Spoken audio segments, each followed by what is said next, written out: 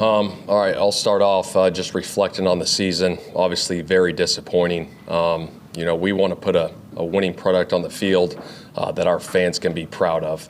When I got hired here last year, I talked about my 4 pillars: character, preparation, consistency, and being relentless. And I can promise you this, I'm going to be relentless in my pursuit to get this thing going in the right direction moving forward. Shane, what did it mean to have Irsay back you and Chris Ballard last night? Yeah, no, it's huge. Obviously, to have the support from the owner moving forward. Got a lot of respect for Irsay and what he stands for and the person he is, and it means a lot. Do you anticipate any staff changes? That's part of the evaluation process. Nothing's been done yet, but we're going through that, obviously, today and tomorrow. Chris, what do you want to see from Anthony this offseason as far as, do you want him to see Tom House? Are there some steps he can take? Yeah, that's part of the evaluation process. Anthony and myself will have those conversations here moving forward with that. Do you feel like, and did he regress in any way this year, or do you feel like he's further along than he was? Yeah, in year 2, obviously he made strides. He won us some games. He made some big time plays. Did the first 2 years go the way that we wanted them? No, but it's learning experience, it's growth experience for him and everybody. How did the two of you take steps in working together? Because that relationship is obviously. Yeah, no, I think that's critical to any relationship. Head coach, quarterback relationship is huge in this business, and I think we made strides in those areas. Did we go through our adversity this year? Absolutely. But I think with anything, adversity makes you stronger in the end, and that's how you learn and that's how you grow. All that being said, do you feel like the passing game, the inconsistency with the passing game held back the offense this season? I think that's part of it. Yeah, I think. Yeah, pretty good. Yeah, we got to be more consistent throwing the football moving forward. Was part of the adversity with you and Anthony just the way you talked to the public about him when it came to the benching, when it came to the back, things like that? Yeah, no, I don't think so. I think obviously, like I said, our conversations, we have ongoing conversations, me and Anthony weekly, and I'll keep those private.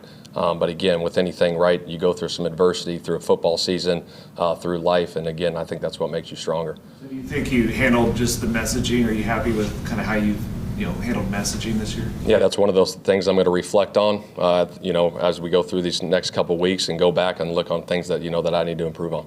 Will Bradley be retained? There's no decision that's been made yet. Shane, with AR, again, we'll see what develops, but does he need competition in camp next year? He just can't be the guy, can he? Yeah, I think that's a conversation that Chris and I will have, moving forward.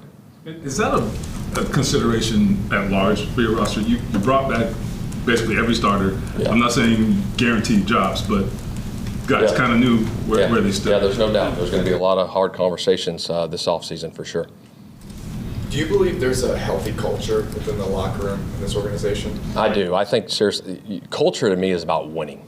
It's about winning, and we didn't win enough this year. But we got the right guys, and I always say that because we got good character guys in there. We talk about accountability. I'm a firm believer in accountability. And when as rare as things come up, they are addressed immediately. I don't let those things slide under the rug. They are addressed, whether it's with a fine or bringing them in my office and talking through those things, because accountability is a big part of this league, and we got to hold everyone to a high standard, and it is at a high standard. You're someone who's always preached details. Yep.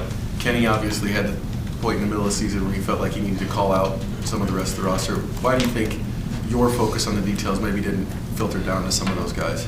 That's a good question. That's something I got to reflect on. We all got to be on the same page because this is the ultimate team game. It's not about one guy. It's about the team, and it'll always be about the team. And when you want to have championship success, it comes down to team.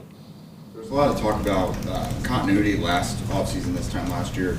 Do you think sometimes you guys kind of need to shake things up to stir things and get them going in the right direction? Yeah, that's going to be, like I said, those are going to be the conversations that we're going to have moving forward, because obviously it wasn't good enough this year, and we're going to have those tough conversations moving forward. You mentioned no decision on defensive staff, but defensively in general, what were your observations, particularly tackling and then the disparate results from week to week? Yeah, I think the biggest thing was tackling this year. That's something that obviously must improve going forward. Obviously, we gave up some big plays that we can't have happen. But I will say that those guys fought like crazy over there on defense. Is tackling something that can be improved when we're talking about grown men who've been playing football a long time? Is that something that can be improved at this point? Or Yeah, absolutely. I think it comes down to fundamentals and technique. I mean, you're always trying to improve on that, and that's off season. That's going into training camp. Obviously, we don't tackle during the season. I don't know anyone that goes live during the season, but there are drills that you can do, to improve tackling. From your perspective, why do you think the pass rush maybe didn't quite live up to the expectations you guys had?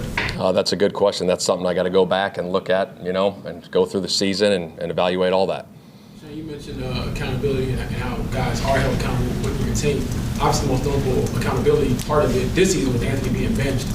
But going into that, what led to that, if that makes sense? Like, why was he a captain 2 years if he wasn't doing what he was supposed to do? Yeah, the team voted him a captain. It was a player's vote. They voted him a captain, again, because we believe in his abilities and what he can do.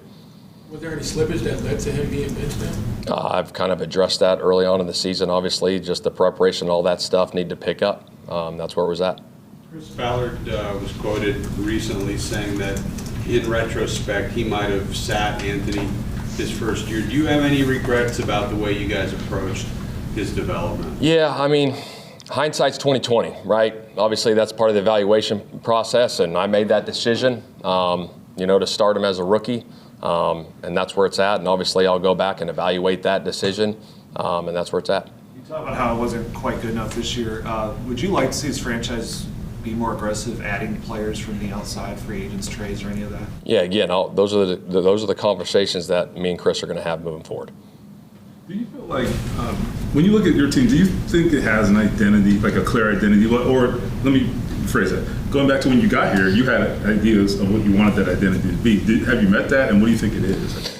Well, I think the biggest thing is, I talk about my 4 pillars, but resilient determination, relentless effort, and build championship success. And are we there right now? We're not there, but we're striving like crazy, and I'm going to work my off to get that done. But what about, even that I agree with, but what about on the field, just between the lines? What type of team do you think you have? We got I think we got a tough team that fights like crazy. I mean, it's not like, we're out there friggin' just doing whatever. I mean, we're battling like crazy all year, and we didn't get the results we wanted this year, and it's frustrating for the players in there, myself, the fans. And like I said, we're going to have a lot of conversations this offseason to get this thing going in the right direction. So how far away or close do you think you are to getting there? Yeah, I do. Like I said the other day, I do believe we're close. And if I didn't believe that, there's something wrong. There's something wrong, and I do believe that. And every year in this year, this league can flip. Every year's a new year, and we're going to work like crazy this offseason to get it flipped in the right direction. Your philosophy always says throw, score, run to win. Did you have to alter that a little bit as the season went on, just with some of the struggles in the passing game? Yeah, absolutely. Obviously, you got to alternate. You got to alternate certain things, right? You can't stay status quo. You got to adjust to certain things. And I thought throughout the season, we had to adjust to some things. But is the desire to still get back to that philosophy if you can? Yeah, I do like that philosophy, but again, you got to adapt to certain situations. Anthony's coming off an injury, but it's not the same as surgery last year. So what do you think just a healthier offseason can do for his development? I think it'll be huge, obviously, going into a healthy offseason, all those different things, just continue to be a pro, going through OTAs, all the repetitions. I think with time, right, any player, they get better the more they do it. And, obviously we got another offseason to that.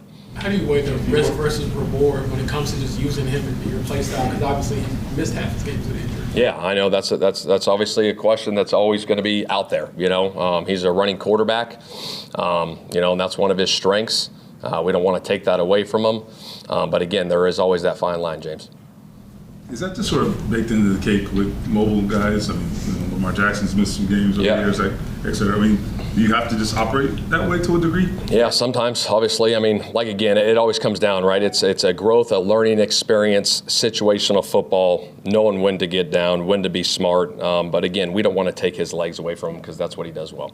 Shane, I know obviously the players are aware that you'll be coming back, obviously Mr. as well. What did you share with the team today just about where you guys are now moving forward to the upcoming year? Yeah, I just told those guys, You know, Gianna said this, and I thought it was a great quote. He said, there's no failure in sports, right? There's no failure in sports. There's frustration, disappointment. You know, if you don't win the Super Bowl or 31 else, that they have failed seasons? No. I mean, you learn and you grow from those experiences. And again, we're going to have a hell of an offseason moving forward so we can put that winning product on the field.